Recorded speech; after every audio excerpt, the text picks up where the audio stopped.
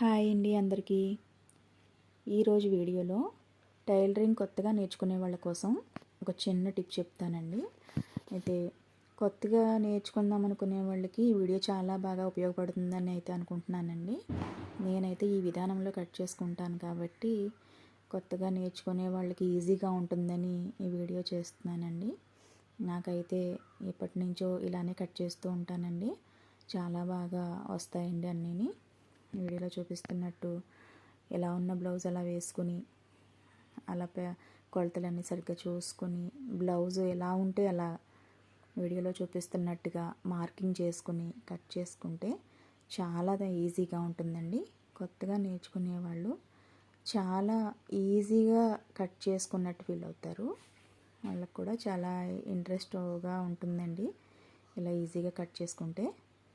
Thank you for watching.